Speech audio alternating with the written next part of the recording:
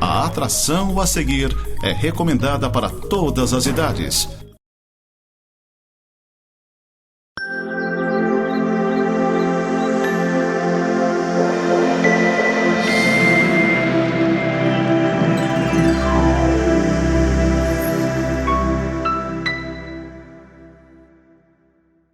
Olá, seja bem-vindo ao programa Semeando para a Vida Eterna. Este é o programa da Igreja Presbiteriana de Lages. Nós estamos aqui no Brasil há mais de 160 anos e em Lages há mais de 100 anos.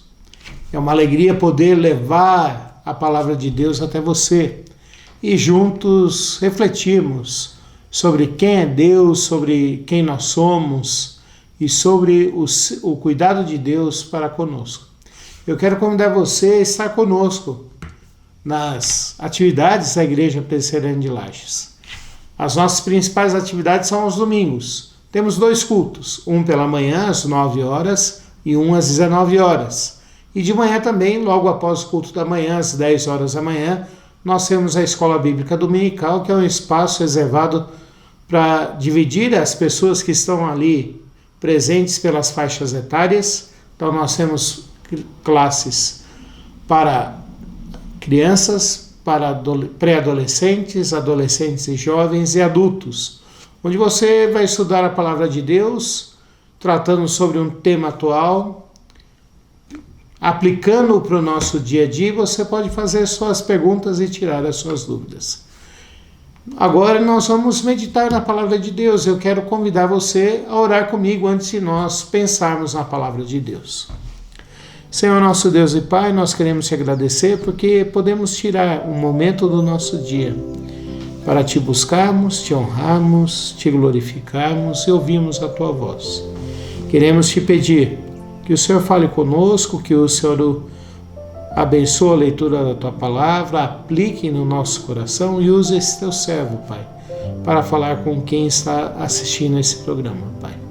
É a nossa oração em nome de Jesus Cristo. Amém. Esse é o programa Semeando para a Vida Eterna. Ele é exibido 2 vezes ao dia pela Rede Nova Era TV e é uma alegria estar com você compartilhando da palavra de Deus. Eu quero ler com vocês Mateus capítulo 8, dos versículos 1 ao 4, que diz assim: Ora, descendo ele do monte, grandes multidões o seguiram. E eis que um leproso, tendo se aproximado, adorou, dizendo: Senhor, se quiseres, podes purificar-me. E Jesus, estendendo a mão, tocou-lhe, dizendo: Quero, fica limpo. E imediatamente ele ficou limpo da sua lepra. Disse-lhe então Jesus: Olha, não o digas a ninguém, mas vai mostrar-te ao sacerdote e fazer a oferta que Moisés ordenou, para servir de testemunho ao povo. Nós vemos sempre Jesus Cristo seguido pelas pessoas. Em alguns momentos da sua vida e do seu ministério, ele se separou das pessoas para poder orar e buscar a Deus, para servir de exemplo para nós. Mas na maioria das vezes ele estava com muitas pessoas ao seu redor. E nesse texto aqui, nesse relato bíblico, Jesus Cristo tinha acabado de falar o Sermão do Monte. Por isso que ele estava descendo do monte. E ele subiu ao monte para ficar mais alto, usando a física. Ali, usando as ondas, para que as pessoas pudessem ouvi-lo. E havia uma multidão que já estava o ouvindo. O Sermão do Monte é um dos sermões mais longos que nós temos de Jesus Cristo. Ele ocupa 3 capítulos do Evangelho de Mateus. O capítulo 5, o capítulo 6 e o capítulo 7. Nós cristãos, nós evangélicos, gostamos muito do Sermão do Monte, porque ali, por exemplo, que Jesus Cristo nos ensina a orar e nos dá a oração do Pai Nosso como modelo, como exemplo para nós. Mas também nós gostamos desse sermão, do Sermão do Monte, porque ele corrige algumas coisas que foram perdidas durante o ano, durante os tempos. Nós trocamos Nós mudamos algumas coisas porque a gente achava que era mais importante. Por exemplo, algumas pessoas falavam assim: eu devo amar ao meu irmão, aquela pessoa que é da minha família, e não a todo mundo. E Jesus Cristo fala que nós devemos amar a todas as pessoas. Então ele faz essa correção no Sermão do Monte. Ele fala que nós devemos orar pelos nossos inimigos, pedindo a bênção de Deus e não juízo, e não castigo. Como muitas vezes a gente ora. É nessa oração, é nesse Sermão do Monte que ele fala que nós não devemos nos preocupar com o dia de amanhã, sobre o que vamos comer, o que nós vamos beber, mas que nós devemos viver bem o dia de hoje e buscarmos a Deus hoje, todos os dias. Logo depois de proferir esse sermão, de ensinar as pessoas, ele desce do monte e uma multidão seguia. Nós não conseguimos imaginar quantas pessoas estavam ali, mas em uma das multiplicações dos pães que ele fez, há um relato de que havia mais de 3.000 pessoas ali. É muita gente.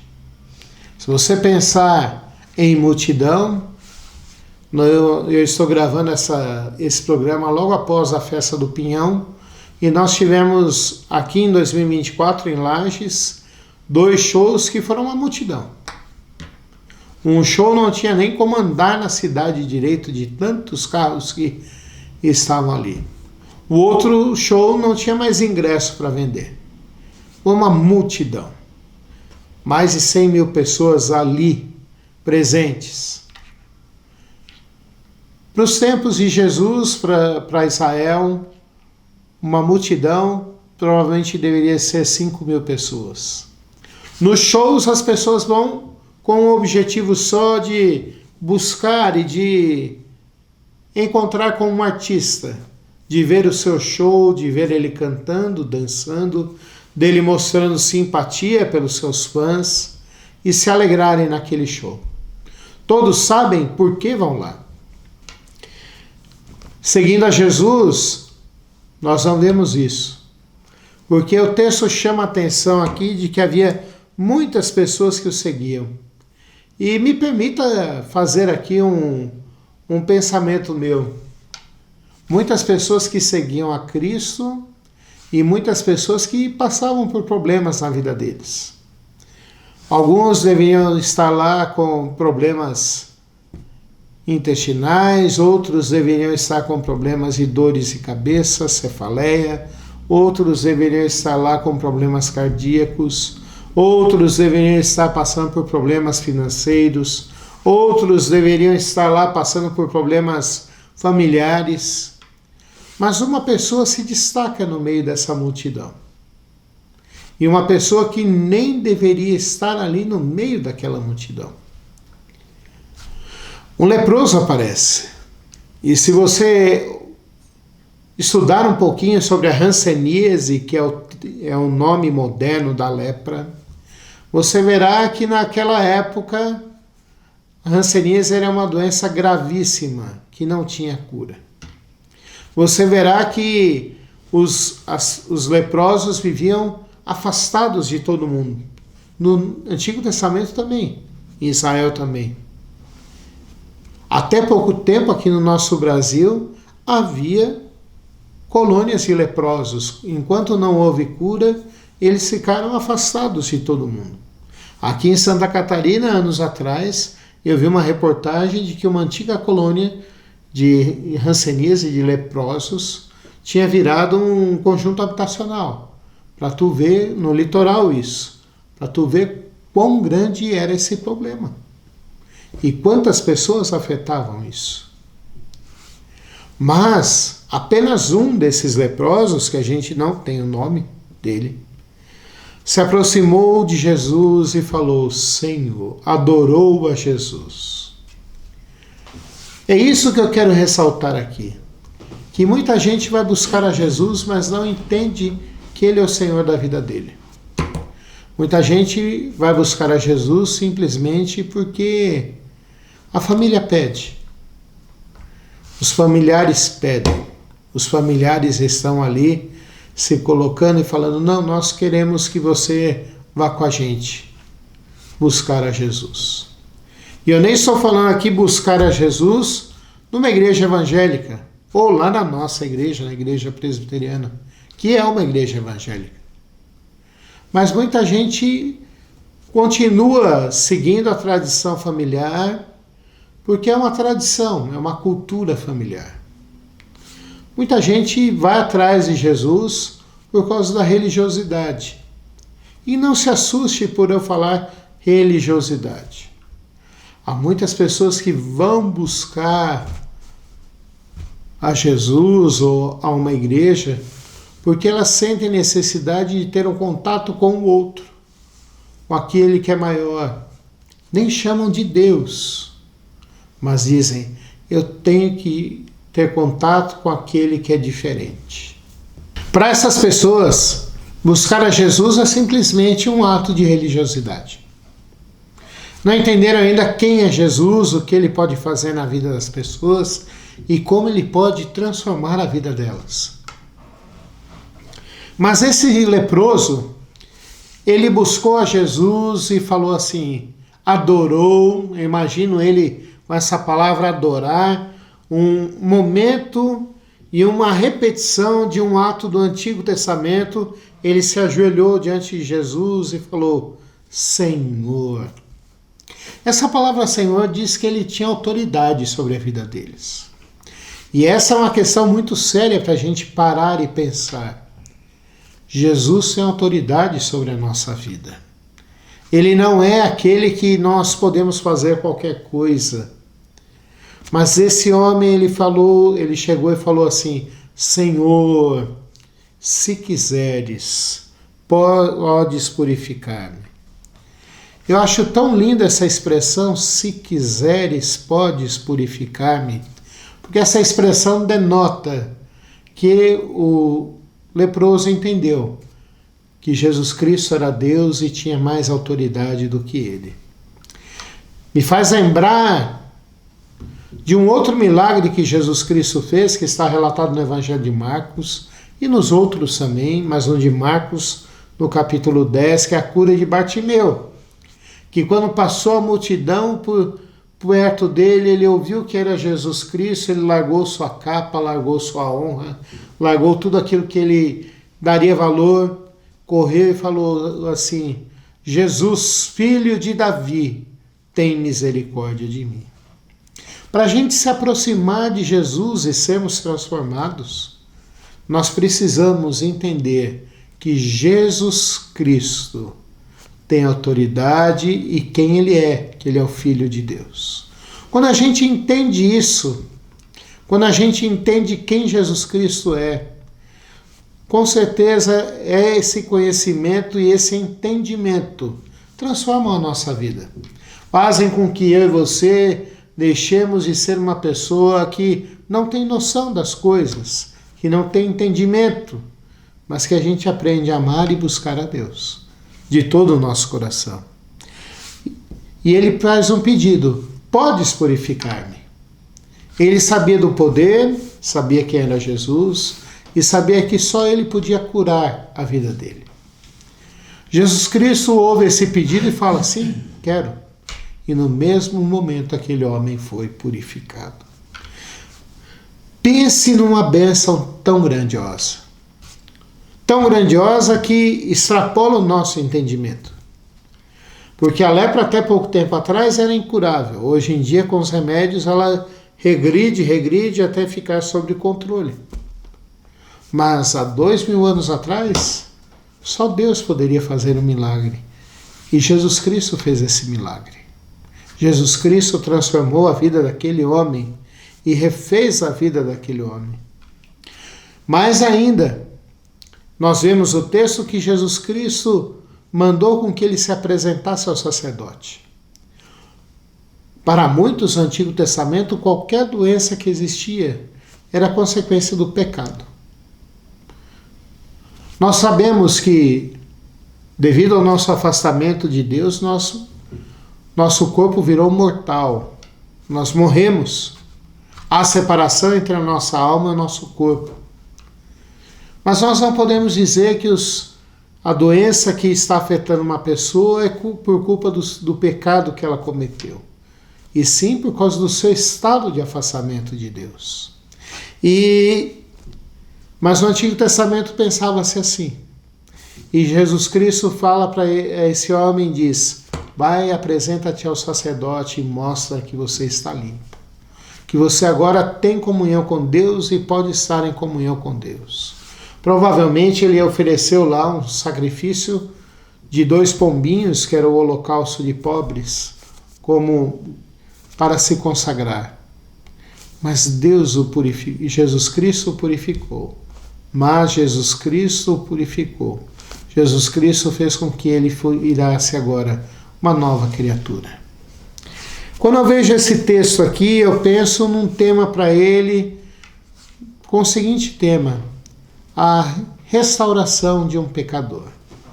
E essas lições que eu vejo aqui são preciosas para a minha vida e para a sua vida.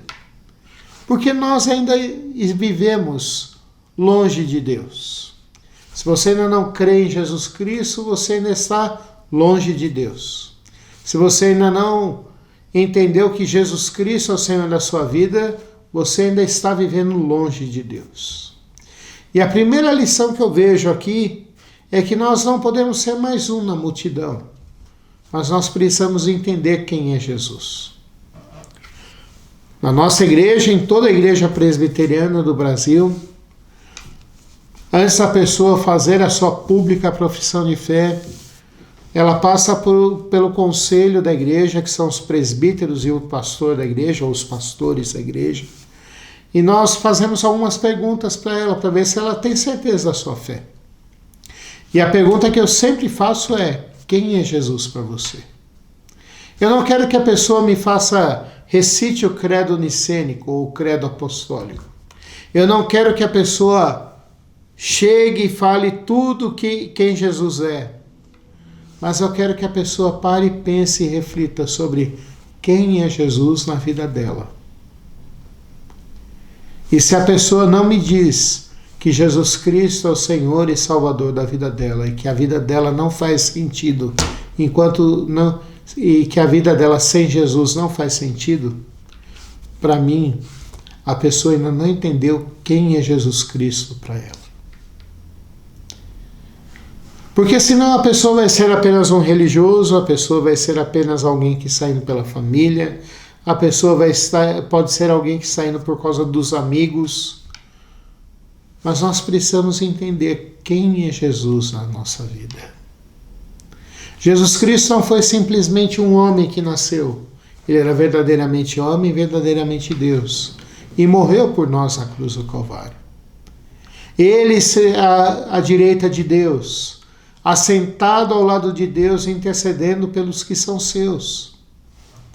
E o seu poder cada vez mais é maior, e nós percebemos o seu poder na nossa vida. Como esse leproso, nós precisamos entender quem é Jesus na nossa vida. Mas como esse leproso, nós também precisamos dizer que precisamos de Jesus na nossa vida. Eu e você precisamos de Jesus. E foi isso que esse leproso fez. Ele falou: se quiseres, podes purificar-me. Olha só que momento lindo e precioso para nós. Nós também precisamos dizer: Senhor, limpa-me, purifica-me e salva-me. Porque nós vivemos em épocas onde o eu humano quer se engrandecer, onde o humano quer se colocar melhor do que o outro, onde eu quero me sobressair sobre o outro. E a gente percebe que isso, ao invés de fazer bem para nós, isso tem nos matado. Isso tem feito com que cada um de nós agora viva numa corrida desenfreada para provar que é melhor do que os outros. Mas a nossa identidade está baseada em Jesus Cristo. E quando nós dizemos, eu dependo dele, isso transforma a nossa vida. E isso transforma o meu viver. E isso faz com que agora minha vida tenha sentido. Mas eu preciso dizer, eu preciso do Senhor. Terceira lição que eu tiro desse texto aqui para mim e para você hoje é que Jesus Cristo não rejeita aquele que vem humilde e arrependido. Aliás, é isso que a Bíblia fala durante o Antigo Testamento e o Novo Testamento, que Deus não despreza um coração compungido e quebrantado. Na nossa linguagem de hoje, Deus não despreza um coração que veio arrependido e que sabe que é pecador. Jesus Cristo amou aquele leproso e curou aquele leproso. Quando ele fez isso, ele demonstrou não só ter poder sobre a doença, mas até sobre os pecados. E demonstrou que é Deus. Porque só pode perdoar pecados e transformar alguém se é Deus.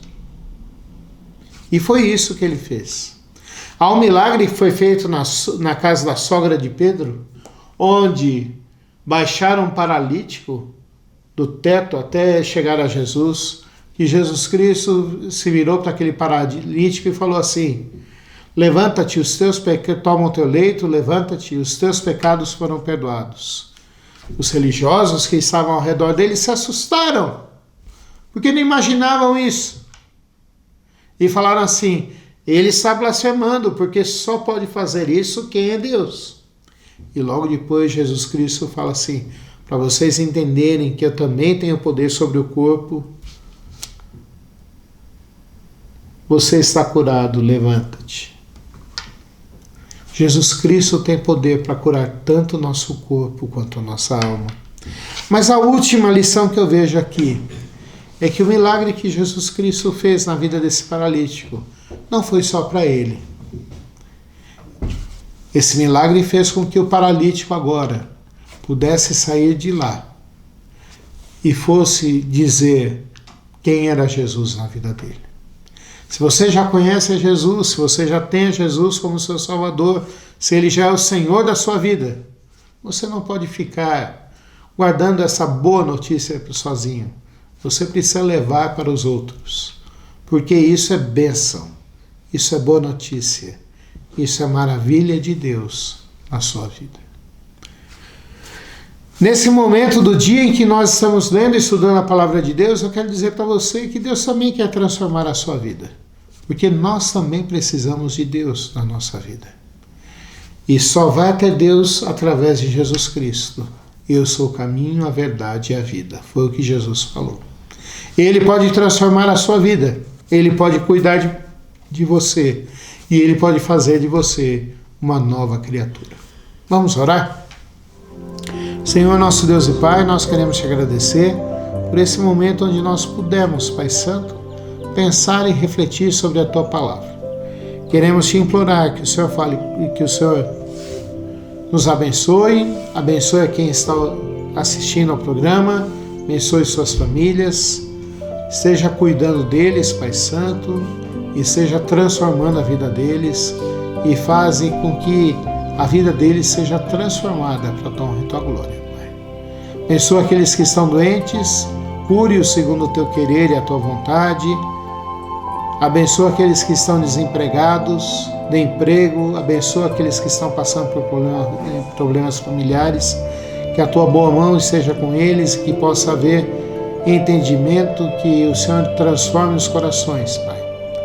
Abençoa, Pai Santo, a nossa cidade, o nosso estado e o nosso país. É a nossa oração em nome de Jesus Cristo. Amém. Quero convidar você para continuar vendo a Nova Era TV e estar conosco lá na Igreja Presbiteriana de Lages. Deus te abençoe e um ótimo dia.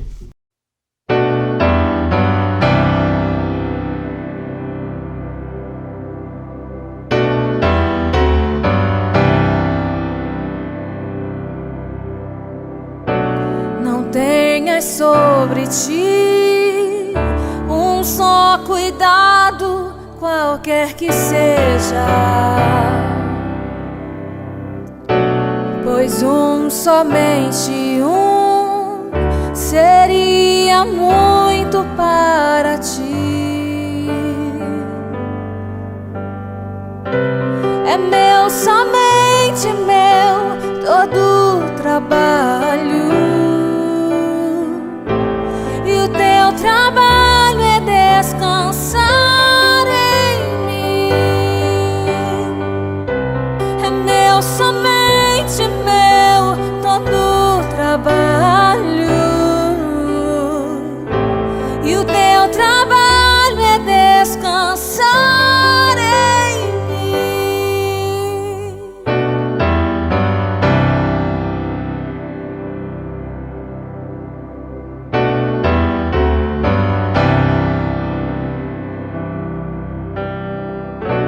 Não temas quando enfim tiveres que tomar decisão.